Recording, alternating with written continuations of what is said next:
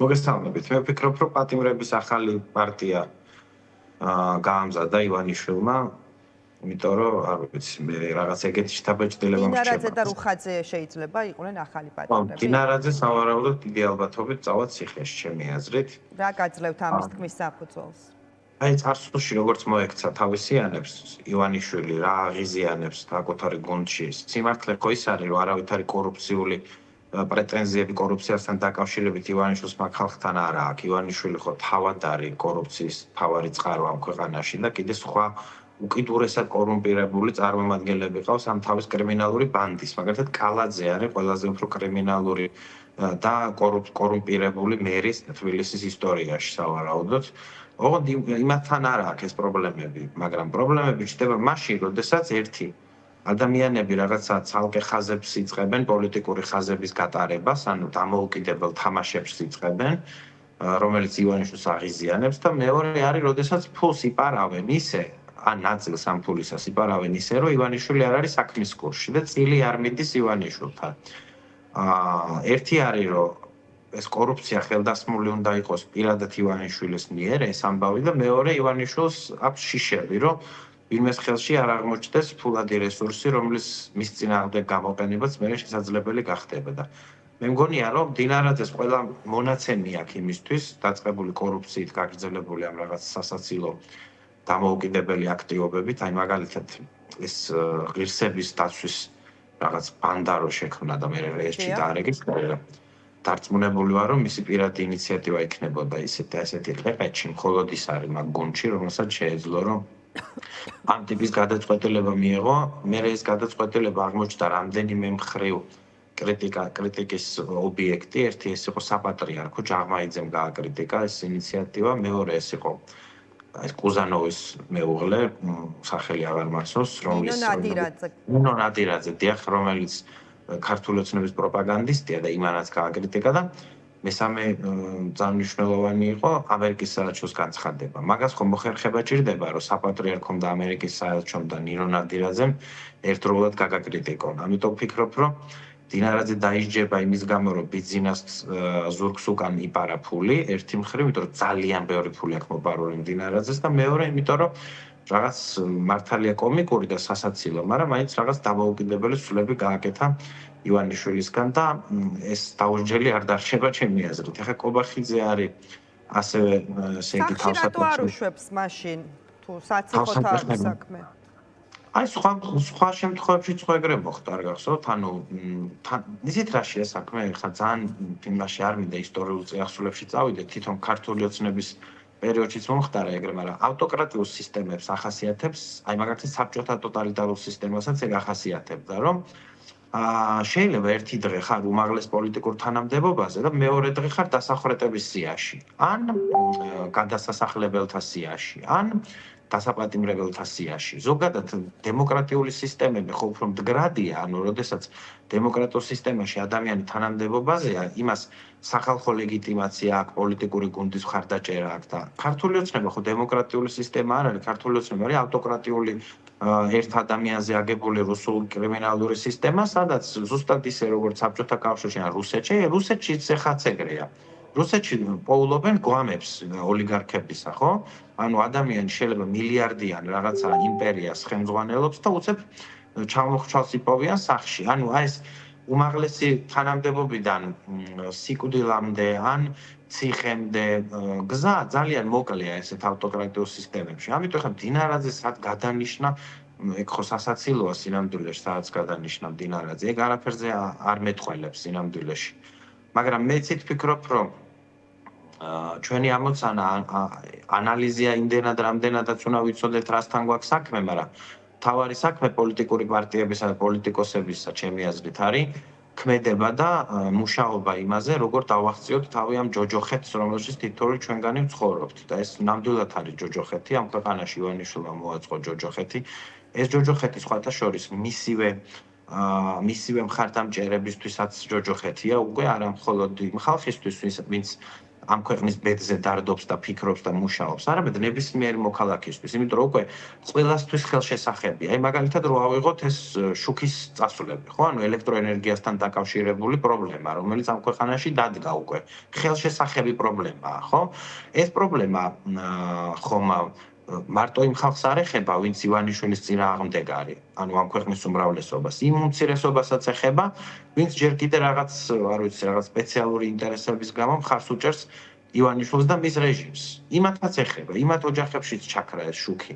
და სინამდვილეში ეს ელექტროენერგიის ენერგიასთან დაკავშირებული პრობლემა არის დიდი უზარმაზარი პრობლემის კონტექსტის ნაწილი, ხო?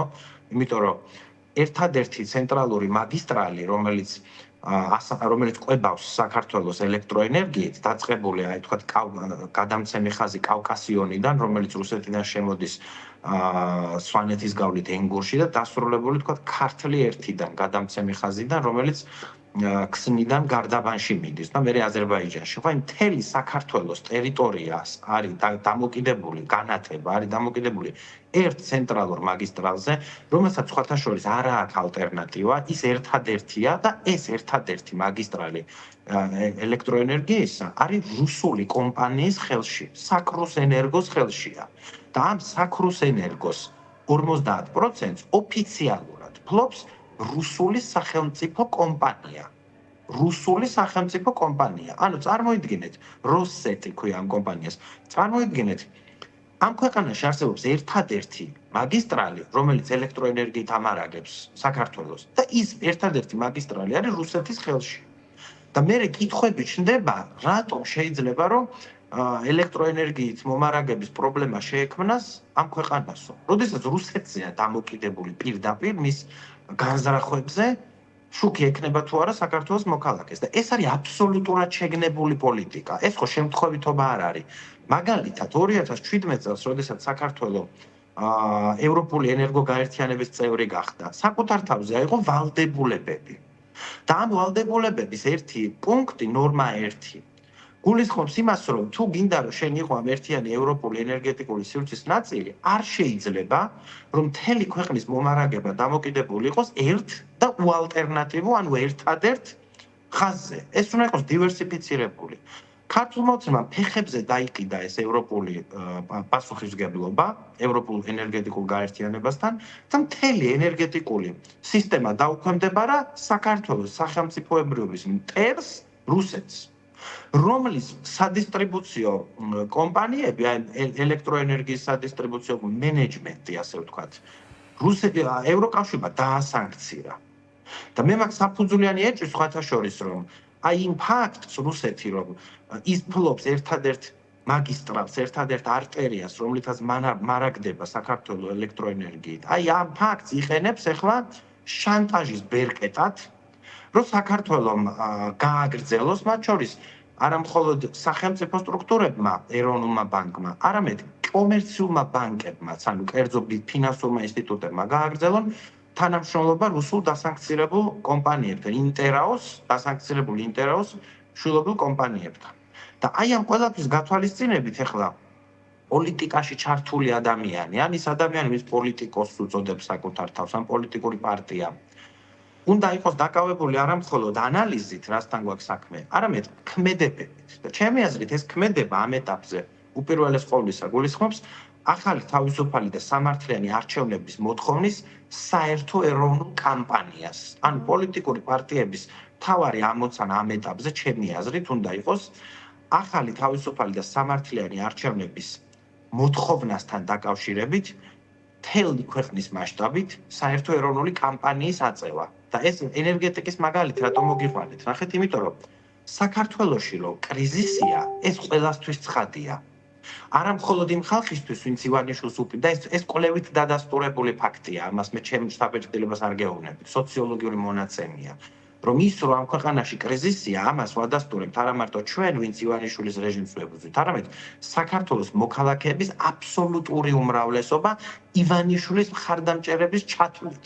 მათაც იციან რომ კრიზისია, იმიტომ რომ მათ სახლებშიც ხრება შუქი. იმიტომ რომ იმ ძალადობას, რომელსაც უყურებენ, ეს ხალხიც უყურებს ამ ძალადობას. ეს ძალადობა კონკრეტული ადამიანების ზურგზე გადადის, რომელიც ქვეყანაშია და არასტაბილურობა, მაგრამ ის ხალხი ხედავს, რომ ეს ხდება ქვეყანაში. და ასევე ფასები, გაზრდილი ფასები, ეკონომიკური და ფინანსური კრიზისი, მარტო ჩვენ ხო არ გვეხება, იმ ხალხსაც ეხება. ამიტომ განცდა, რომ ამ ქვეყანაში არის კრიზისი, არის საერთო საყოველთაო განცდა. ყველა ეთანხმება თითქმის ამ თეზას. და გამოსავალი ამ კრიზისიდან, ამ უსაფრთხოების კრიზისიდან, ფინანსურ-ეკონომიკური კრიზისიდან, პოლიტიკური კრიზისიდან არის ერთადერთი. და ეს არის ახალი თავისუფალი და სამართლიანი არჩევნები, რომელიც ერთი მხრივ ოპოზიციის ალიანსმა შეავსო შინაარსით, ანუ ჩვენ წარვადგინეთ 6 პუნქტი, რა წარმოგვიდგენია ახალ თავისუფალ და სამართლიან არჩევნებად. ეს არ არის უბრალოდ რაღაცა ფუყე მოთხოვნა, უშინაარსო მოთხოვნა. ეს არის ძალიან კონკრეტული 6 პუნქტი და მე ძალიან მიხარია სხვათა შორის, რომ ალიანსის მიღმაც გამოჩნდნენ ჯგუფები, მათ შორის ეს არის პოლიტიკური პარტია ჯერ საქართველო, რომელიც ასევე საუბრობს, რომ საერთო ეროვნული კამპანია, რომელმაც უნდა მოიცვას პოლიტიკური პარტიების დიდი ნაწილი, უნდა მოიცვას სამოქალაქო ჯგუფების დიდი ნაწილი და უნდა მოიცვას რაც თავარია საქართველოს მოქალაქეების დიდი ნაწილი. არის ძალიან მნიშვნელოვანი. მე მივესალმები ამ პოზიციას ჯერ საქართველოსი და დარწმუნებული ვარ, რომ ეს პარტნიორობა შედგება და ჩვენი მთავარი საქმე ამ ეტაპზე, ჩემი აზრით, არის ახალ თავისუფალ და სამართლიან არჩევნებთან დაკავშირებით საერთო ეროვნული კამპანიის მოწყობა, იმიტომ რომ არ არსებობს საღჭყუაზე მყოფი ადამიანი ამ ქვეყანაში, რომელიც გეტყვის, რომ არა, კრიზისი არ უნდა განიმუხტოს, არა, ამ კრიზისის განმუხტვის გზა ახალი თავისუფალი და სამართლიანი არჩევნები არ არის, ეგეთი ადამიანი არ არსებობს პრინციპში, ანუ ძალიან ძნელია, რომ ვინმე ამ იდეას შეეწინააღმდეგოს, მათ შორის პროპაგანდაც. სხვათა შორის ეს საკითხი მაგონებს აი დუშენის კუნთოვანი დისტროფიის მქონე ბავშვებთან დაკავშირებულ საკითხს. ხო, ზუსტად როდესაც ეგ საკითხი იდგა, ჩვენ მაშინ მქონდა 26 მაისის წინა კამპანია, აქციის წინა კამპანია და ძალიან აქტიური შეხვედრები მქონდა საქართველოს მოქალაქეებთან. ის ხალხიც კი, ვინც ჩვენს მიმართ სკეპტიკური იყო, ამ ხარს არ გვიჭერდა. აი იყო ეგეთი ხალხი. ისინიც კი ვერ ამბობდნენ, რომ არა, წამალი ბავშვებს არ უნდა უყიდოთ და დაახლოებით იგივე ლეგიტიმაციის საკითხი არის ახალი თავისუფალი და სამართლიანი არჩევნების საკითხი, იმიტომ რომ ვინც აღიარებს, რომ ამ ქვეყანაში კრიზისი და ესეთი ბევრია, ბოდიშით რომ გაწყვეტინებს დავასრულებ, მაგრამ ესეთი ბევრია ძალიან, ვინც სოციოლოგიური მონაცემი გვიჭირავს ხელში, რომ 80%-ამდე ბავშვებისთვის წამლის თემა და ახალი არჩევნების თემას რაღაცა ერთ-ერთ სიფრთხეზე აყენებთ, ახლა ამაზე საუბრობთ, გიგა? არა, ერთ სიფრთხეზე ვაყენებ, რა თვალსაზრისით, ნახე, ხარდაჭერა.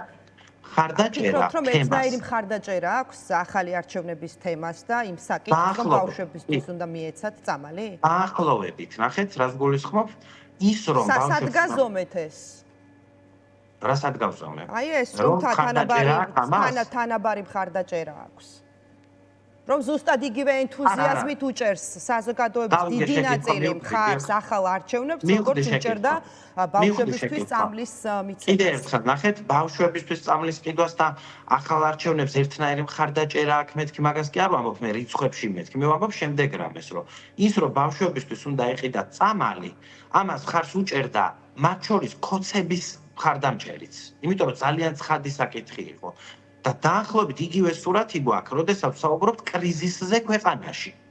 ანუ ქოცის ამომრჩეველიც კი, რომელიც მართალია მცირე ნაწილება, მაგრამ მაინც ხო არის, ისიც კი ეთანხმება მაგ თეზას, რომ ამ ქვეყანაში არის კრიზისი. ამ ქვეყანაში არის კრიზისი თქვენ. რომ ამ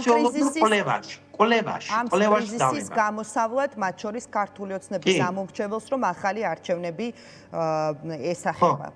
კი, კვლევაში ვნახე. აი რომელში შემახსენეთ? ბატონო? რომელ კვლევაში ნახეთ შემახსენეთ? ჩვენ არ გაქვთ ეგ კვლევა ნანახი, ანუ ეგ არ არის საჯარო კვლევა. ჩვენ გარკვეული კვლევის შედეგები გვაქვს და ამ კვლევის შედეგებით ესეა, რომ საქართველოს მოქალაქეები ვინ ჩაატარა ეს, ანუ გიგა, ეხა მაყურებელი რომ გვიხსმეს, რაღაცა სიტყვაზე უნდა გენდოთ, ესე იგი, ასე გამოდის? არა, თუ გინდათ ნუმენდობით თქვენ სიტყვაზე, მე გეუბნებით ჩემი ინფორმაციას, თქვენ შეგიძლიათ არ მენდოთ, აბსოლუტური უფლება გაქვთ ამისი. რა პრობლემაა? რა ვიცი, როგორც გაგიხარდებათ, ისე ქენით, კიდე მენდეთ, კიდე ნუმენდობით, მაგრამ მე გეუბნებით იმ მონაცემებს, რაც მაყურებელვაც მინდა, რომ დაგიჯეროთ და ამიტომ, ხო და რა კვლევა არის ეს გვითხარით? ნდობა ამ საკითხის მიმართ მათემატიკაზე კი არ არის დამოკიდებული. ეხლა თქვენი მაყურებელი რო გვიყურებს ჩვენ, ხო? იმათ ძალიან კარგად იცის თვითონ მაყურებელმა, რომ ამ ქვეყანაში არის კრიზისი. და ეს კრიზისი რო ქართული ოცნების ბრალია, ანუ ვისი ბრალია ეს კრიზისი. ესეც კარგად ჩანს ამ კვლევაში და ნდობას ამ თეზის მიმართ, ეხლა რასაც მე თქვენ გეუბნებით, განაპირობებს არა მათემატიკა, არამედ შეგრძნება ხალხში და დამერწმუნეთ, რომ ეხლა თქვენი მაყურებელი, ვინც გვიყურებს, იმათი დაახლოებით 80% ამ თეზას ეთანხმება, რომ საქართველოში არის კრიზისი, თქვენ არ ეთანხმებით სხვათა შორის, თქვენი როგორც მოქალაქის პოზიციაც საინტერესოა. საქართველოში რო კრიზისია, ამას ეთანხმებით ამ თეზას, თქვენ პირადად. კვლევისთვის გაინტერესებთ? არა, თქვენ გეკითხებით უბრალოდ როგორც მოქალაქეს. აი მინი კვლევა რო აქვე ჩავატაროთ, თქვენ ეთანხმებით ამ თეზას, რომ კრიზისი. რომ საქართველოში არის პოლიტიკური კრიზისი? დიახ, ეთანხმებით? დიახ, გიგა, ვეთანხმებით. და ეს კრიზისი რო ქართული ოცნების ბრალია, მაგას ეთანხმებით? ჩემთან გაქვთ ინტერვიუ? არა, აი მინი კვლევას ვატარებ ახლა თქვენთან. ეთანხმებით ამ თეზას. რა კვლევაც ჩაატარეთ, იმის შედეგები გაგვიზიარეთ რაღაცა რომ სადემონსტრაციო მე რა მოსაზრება მაქვს ამის ესე ვთქვათ გამოხატვის პრობლემა საერთოდ არ მაქვს გიგა. არც იმის რომ ჩემი სამოქალაქო პოზიცია დავაფიქსირო გინდა ეთერში, გინდა ეთერს მიღმა, მაგრამ ეს არ მგონია მაყურებლისთვის საინტერესო მე ძალიან საინტერესო მგონია სინამდვილეში რახან ამაზე ჩამოვარდა საუბარი. მე უკიდურესად საინტერესო მგონია იქ ფაქტი, რომ საქართველოს მოქალაქეების 80%-მდე ფიქრობს, რომ საქართველოში არის კრიზისი და რომ კრიზისი არის ქართული ოცნების ბრალი, ამას ფიქრობს დაახლოებით 80% საქართველოს მოქალაქეებს. როგორც აღმოჩნდა, თქვენც ეგრე ფიქრობთ. რაც კიდე ერთი დასტურია, რომ ეს კვლევით თქო, გიგა, გეკითხებით, ეს 80% საიდან გაჩნდა ეს მონაცემი? კვლევა მაქვს, მე კვლევა გვაქვს, ჩვენ ხო ხანდახან ვაკეთებთ. ჩვენ ხო ხანდახან კვლევებს ვაკეთებთ. ან თქვენ ახლა გინდათ რომ დაგისახელოთ კომპანია, რომელიც ატარებს კვლევებს, რომ მე ის ქართული ოცნების სამიზნე გახდეს? არა, მე მინდა რომ უფრო მეტი დამაჯერებლობა გქონდეს აი ამ თქვენს გაჟღერებულ მონაცემებს. აბსოლუტურად დამაჯერებელია. იმის მიუხედავად მე თქვენ ამ კომპანიას დაგისახელებთ თუ არა და არ დაგისახელებთ, რა თქმა უნდა, იმიტომ რომ მე არ მინდა რომ ქართული ოცნების სამიზნე გახდეს პირდაპირ ეგ. ამის მიუხედავად ამ კვლევებს რისთვის ატარებთ? თქვენთვის ატარებთ? თუ იმისთვის რომ საზოგადოებასაც გაუზიაროთ, როგორი არის განწყობები? არა, ამ კვლევებს, ეს კვლევა არის ჩვენთვის, იმისთვის რომ ზუსტად ვიცოდეთ, როგორია საზოგადოების განწყობა და ჩვენი მოქმედებები შეესაბამებოდეს საზოგადოების განწყობას. საერთოდ პოლიტიკური პარტიები კვლევებს ისთვის ატარებენ. მაგისთვის არ ატარებენ? როგორ ფიქრობთ, თქვენ რისთვის ტარდება კვლევა? მაგისთვის, რომ როდესაც ხარ პოლიტიკური პარტია, შენი მოქმედებები თანხვედრაში იყოს საზოგადოების მნიშვნელოვანი ნაწილის პოზიციასთან. და გიხსნით, რომ საზოგადოების მნიშვნელოვანი ნაწილისთვის, მათ შორის კიდევ ერთხელ, არა მხოლოდ მათთვის, ვინც ღიად უპირისპირდება რეჟიმს, არამედ მათთვისაც, ვინც ნეიტრალურია, ან ვინც მხარს უჭერს ივანიშვილის რეჟიმს პროპაგანდის გამო, კორუფციული ამოცანების გამო, ისინიც კი აღიარებენ, რომ ქვეყანაში არის კრიზისი და რომ ეს კრიზისი არის ივანიშვილის ბრალი. და ამ კრიზისიდან ერთადერთი გამოსავალი არსებობს სინამდვილეში, ეს არის ახალი, თავისუფალი და სამართლიანი არჩევნები. სადაც ადამიანს ექნება შესაძლებლობა, რომ მივიდეს და საკუთარი შეხედულების შესაბამისად მისცეს ხმა. აი ეს არის ერთადერთი გამოსავალი და ჩვენ ნუ დაგვავიწყდება რამ შექმნა ეს კრიზისი, საიდან გამომდინარეობს ეს პოზიცია საზოგადოების. ეს კრიზისი შექმნა ორმა რამემ. პირველი, რომ ივანიშვილმა მოიპარა 2024 წლის საპარლამენტო არჩევნები, სამწუხაროდ გაყალბებული არჩევნები ჩვენ იქამდეც გვინახავს, მაგრამ 2024 წლის არჩევნები იყო თვისობრივად განსხვავებული, იყო პირდაპირ გადაწერილი. სახელმწიფოს მიტაცების განაცხადი იყო და მეორე, ირაკლი კობახიძის, ანუ ბიძინა ივანიშვილის 2024 წლის 28 ნოემბრის განცხადებამ, რომ საქართველოს წყვეტს ევროკავშირში ინტეგრაციას, აი ამ ორმა ამბავმა.